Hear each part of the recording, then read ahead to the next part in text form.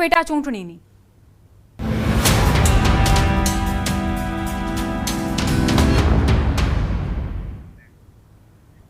વિધાનસભાની 2 બેઠકની પેટા ચૂંટણીની જાહેરાત સાથે જ હવે ઉમેદવારોની પસંદગીની પ્રક્રિયા શરૂ થઈ ગઈ છે।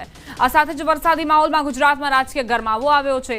વાત કરીએ વિસાવદર બેઠકની। વિસાવદર બેઠકના કોંગ્રેસના દાવેદારોના નામ ન્યૂઝ 18 પર જુઓ।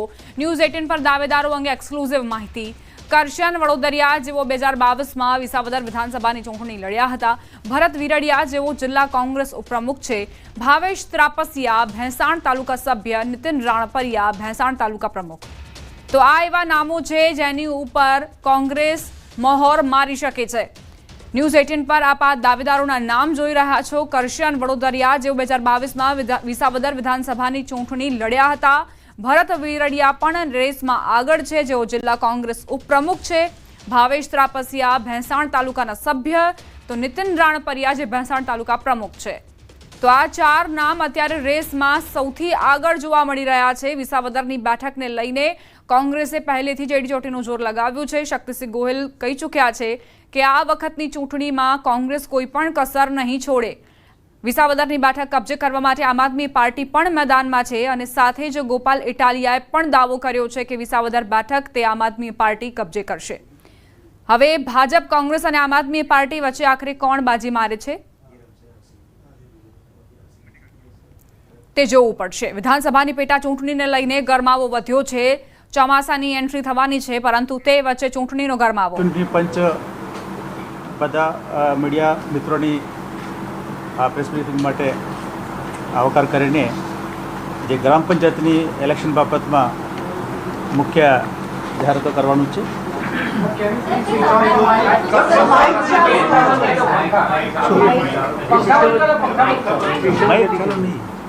સિસ્ટમ જ નથી જરૂર। એ આખી બધા મીટિંગની મેઇક સિસ્ટમ છે। આ સિસ્ટમ છે ગયા વખતે પણ એવી રીતે કરે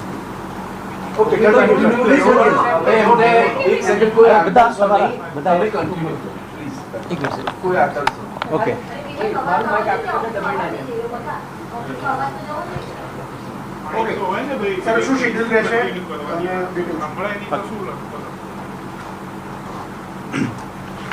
પહેલાં હું ગ્રામ પંચાયતની શેડ્યુલ બાબત વાત કરીશું, પછી બાકી અન્ય વ્યવસ્થા માટે વાત કરીશું। આજે અમે જે જાહેરાત કરી રહ્યા છે 8,326 જેટલા કુલ ગ્રામ પંચાયતની સામાન્ય ચૂંટણી અને પેટા ચૂંટણી બંને ભેગા થઈને અમે કરી રહ્યા છે। એના બાબતમાં આજે અમે એનાઉન્સ કરી રહ્યા છીએ જે જાહેરનામા 2 જૂન એટલે સોમવારે 2 જૂન 2025 ઉમેદવારી પત્ર ભરવાની છેલ્લી તારીખ સોમવારે 9/6/2025। ઉમેદવારોની પત્રોની ચકાસણી તારીખ મંગળવારે 10/6/25 અને ઉમેદવારી પરત ખેંચવાની છેલ્લી તારીખ બુધવાર 11/6/25। મતદાનની તારીખ અને સમય રવિવારે 22/6/25 સવારના 7 વાગ્યાથી સાંજે 6 વાગ્યા સુધી। પુનઃ મતદાન જરૂર હોય તો મંગળવારે એટલે 24/6/25। મતગણતરી તારીખ બુધવારે 25/6/25 અને ચૂંટણી પ્રક્રિયા પૂરું થશે 27/6/25। એની બાબતમાં આજે 8,300 જેટલા ગ્રામ પંચાયતની ચૂંટણી બાબતમાં અમે 2 તારીખે મતદાર યાદીની ડ્રાફ્ટ પ્રસિદ્ધિ કરવામાં આવેલ હતી। એની આખરી પ્રસિદ્ધિ ગઈકાલે કરવામાં આવેલ છે। એટલે ત્યાર પછી અમે જનરલી પ્રથા એવું છે મતદાર યાદીનું ફ્રીજ કર્યા પછી ઇલેક્શન માટે અમે શેડ્યુલ નક્કી કરીને જાહેરાત કરવામાં આવે છે। એમાં આજથી આજે 8,300 જેટલા ગ્રામ પંચાયતોમાં જ્યાં જ્યાં ચૂંટણી ચાલે છે ત્યાં આચારસંહિતા અમલમાં આવશે। આચારસંહિતા બાબતમાં 2021માં વિગતવાર કોમ્પ્રિહેન્સિવ ઇન્સ્ટ્રક્શન આપેલા છે, એ અમલમાં આવશે। અને પછી ગ્રામ પંચાયત ઇલેક્શનમાં જે નોટિફિકેશન વગેરે કામગીરી પહેલેથી અહીંયાથી ડેલિગેટ કરવામાં આવેલ છે પ્રાંત અધિકારીનું। જે જિલ્લામાં જે વિવિધ પ્રાંતોમાં જે કામ કરતા પ્રાંત અધિકારી જે SDM કહેવાય એનું અમે ડેલિગેટ કરવામાં આવેલ છે। નોટિફિકેશન પ્રાંત અધિકારી તરફથી કરવામાં આવશે। અને જે 2 ખાસ વસ્તુ છે એમાં 2 ચાઇલ્ડ નોર્મ અને એક ટોયલેટની જરૂરિયાત જાજરૂરી જરૂરિયાતવાળા એ ગેરલાયકની નિયમમાં રાખવામાં આવેલા કારણે એનું એફિડેવિટમાં જરૂર નથી. એટલા માટે ગ્રામ પંચાયતમાં એફિડેવિટમાં આ પાર્ટ નહીં આવે. ખાલી એક સેલ્ફ ડિક્લેરેશન એકરારપત્ર એક રજૂ કરવાનું હોય છે. એમાં અમુક વાર જિલ્લામાં થોડા રજૂઆત આવતા હોય છે, એફિડેવિટ તમારા માંગીએ છીએ, એવું નથી. એકરારપત્ર સેલ્ફ ડિક્લેરેશન જ જરૂર છે ગ્રામ પંચાયત માટે. એના માટે લગભગ 2006માં સરકારે એક નોટિફિકેશન બહાર પાડેલા છે. બાકી પંચાયત બાકી ઇલેક્શનમાં એફિડેવિટ જરૂર છે, આમાં એફિડેવિટ જરૂર નથી.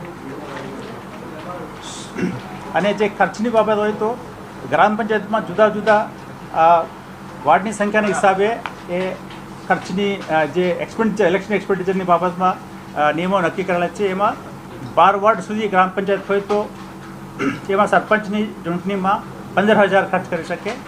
13 વોર્ડથી 22 વોર્ડ સુધી 30,000, 23 વોર્ડ ઉપરથી 45,000 અને વોર્ડ સભ્યો માટે તો કોઈ ખર્ચની બાબતમાં કોઈ નથી, જોગવાઈ નથી. અને આ ચૂંટણીમાં એપિક કાર્ડ લઈને મતદારો ઓળખાણ આપવાનું હોય છે મતદાન મથકે.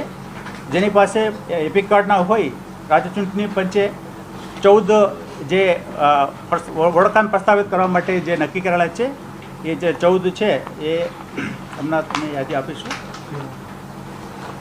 એ યાદી પ્રમાણે કોઈ પણ વસ્તુ પાસપોર્ટ હોય, ડ્રાઇવિંગ લાઇસન્સ હોય, આધાર કાર્ડ હોય, એ બધા લઈને ત્યાં તેમના મતદારોની ઓળખ પ્રસ્થાપિત કરી શકાય, એના પરથી મતદાન કરી શકાય.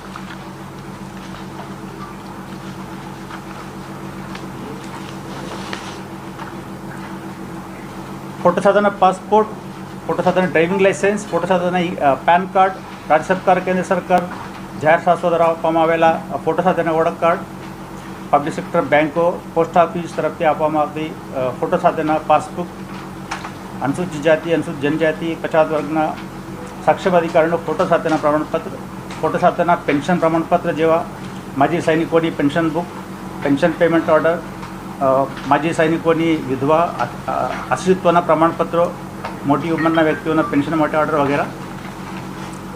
અને કેન્દ્ર સરકાર અને સરકાર દ્વારા આપવામાં આવેલી સ્વતંત્ર સૈનિકના ફોટો સાથેના ઓળખ કાર્ડ, ફોટો સાથેના હથિયારોની લાઇસન્સની પુરાવા, સક્ષમ અધિકારી દ્વારા આપવામાં આવેલા વિકલાંગ ફોટો સાથેનું પ્રમાણપત્ર, રાષ્ટ્રીય ગ્રામીણ રોજગાર નરેગાની ફોટોવાળી પ્રમાણપત્ર, કર્મચારી રાજ્ય વીમા યોજના ESIના સાથે આપેલા ફોટો સાથેના card, national population NPR scheme હેઠળ RGA register general of India દ્વારા આપવામાં આવેલા સ્માર્ટ કાર્ડ, UIDAI દ્વારા આપવામાં આવેલા આધાર કાર્ડ, એ બધા ડોક્યુમેન્ટ્સ એપિક કાર્ડ ના હોય એવા બાકી બધા મતદારો આ લઈને એનું મતદાન કરી શકે.